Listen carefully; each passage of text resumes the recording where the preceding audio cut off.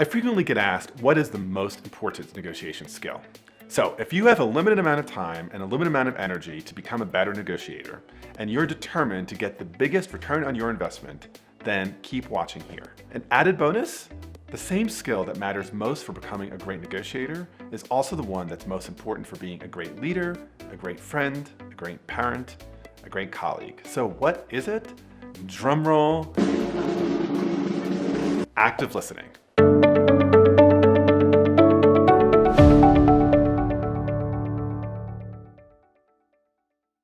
I am Bob Bordone. I'm a senior fellow at Harvard Law School. I'm the founder and the former director of Harvard Law School's Negotiation and Mediation Clinic.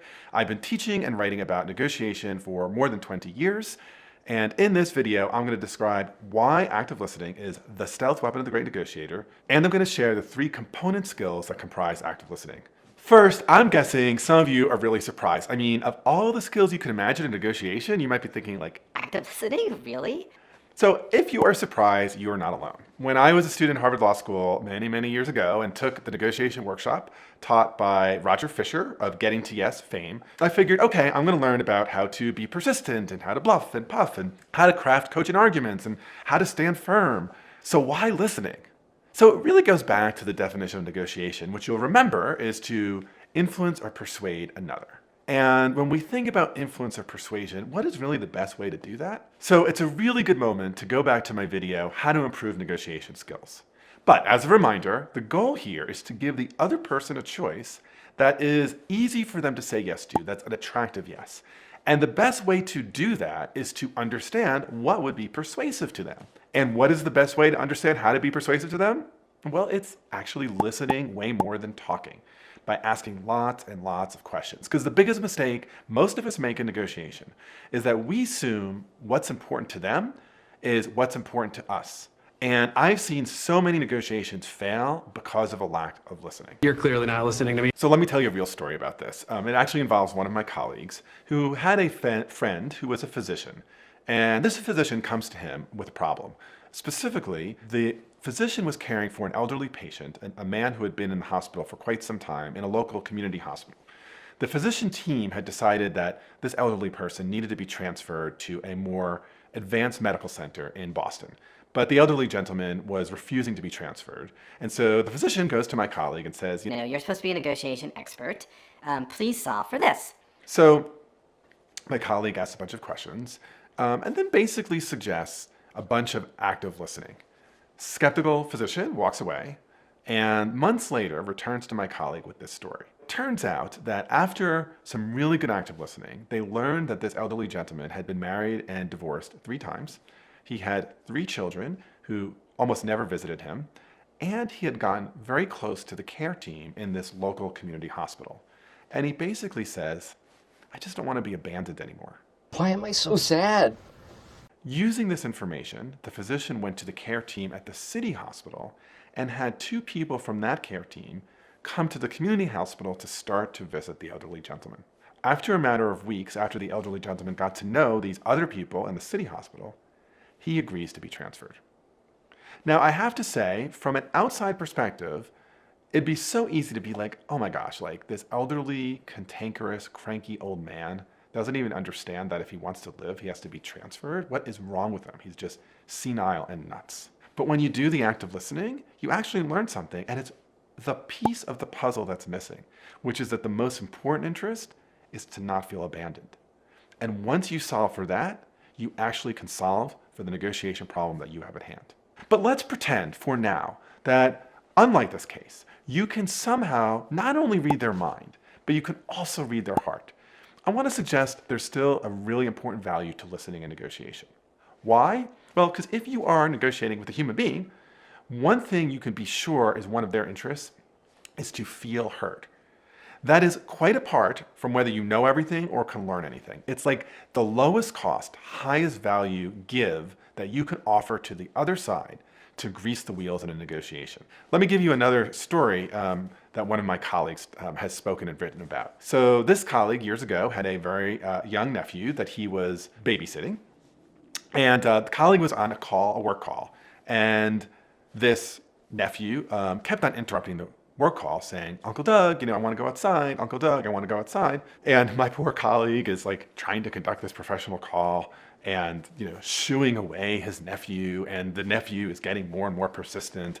And so finally, Uncle Doug puts the phone down, looks at his nephew and says, Andrew, you really want to go outside, don't you? Andrew says, yes, Uncle Doug, and then walks away and starts playing with his toys. What's so critical about this is quite apart from going outside, Andrew just wanted to feel heard. That moment of like, you finally heard me, stopped the persistence. Research actually has shown that when people feel heard, they are more open to listening to our opinions. This is called the reciprocity principle, and I have seen it play out in dozens of negotiations and mediations over the years. It's also the case that really good active listening actually can break that act-react cycle of escalation that is often in place when you're in a conflict or a dispute. So when I talk about active listening, let me be clear about what I don't mean. What I don't mean is sitting there quietly and passively listening. So I'm sure all of you have been glued to the screen watching this video. Your attention hasn't wandered a nanosecond to the text on your phone, or an email coming across the screen, or your dog Rosie barking in the other room. So kudos to you. You are all great passive listeners. But active listening is way more than sitting there silently. It consists of 3 component micro skills, and I'm going to try to describe each of them to you and then tell you what it looks like and why it's important. So the first of these is paraphrasing. Paraphrasing is really restating what you heard the person say without agreeing. So let me say a few more words about this. It is not parroting.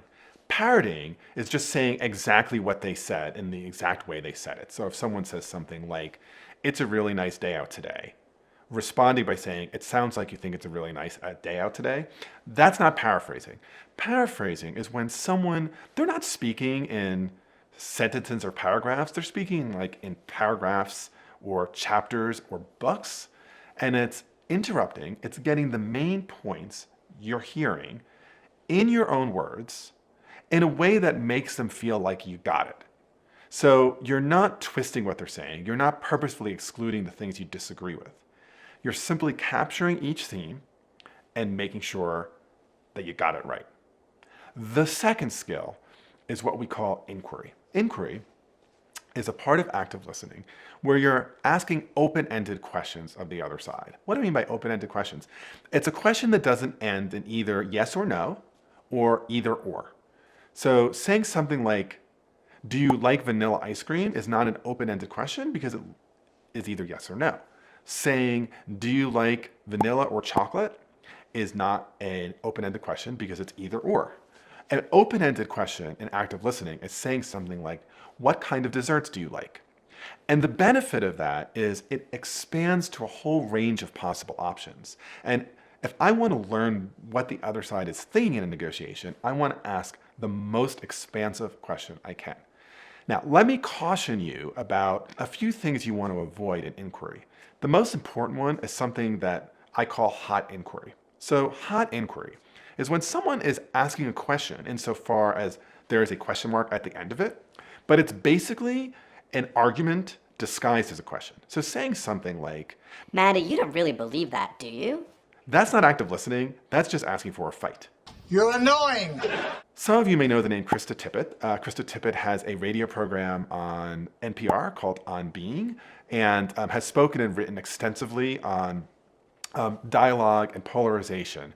And some years ago, she gave a talk at Harvard Law School, and she had these 2 really rich insights on the value of inquiry and active listening.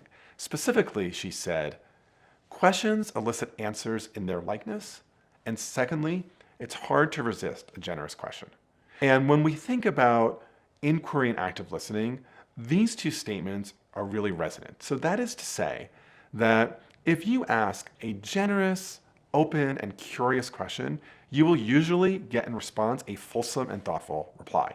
And when you ask a question that is short and snarky with an attitude, you will usually get a fight. Last really important skill in active listening is what we call acknowledge emotion. So acknowledge emotion is really listening for the embedded feeling that might be directed at you or that might be what the person is saying in that negotiation and reflecting that feeling back to them. When I say acknowledge, I want to be clear. I don't mean agree with. It means just really making sure that you are hearing and listening for the feeling. No, I am listening. That's the problem. I'm listening. The reason why that matters is that when someone is coming at you in a negotiation in an emotional way, for many of us, our instinct is to get them to be rational or to give them a solution or to say, here's what you need to do or here's what the right answer is. And that's all really well intentioned. It's just badly timed. Probably not good timing. I know that. Typically what they need first is someone to say something like, it sounds like you're frustrated, or it sounds like you're upset with me. Sometimes when you do that, they'll actually come at you even more strongly. They'll be like, upset, I'm furious.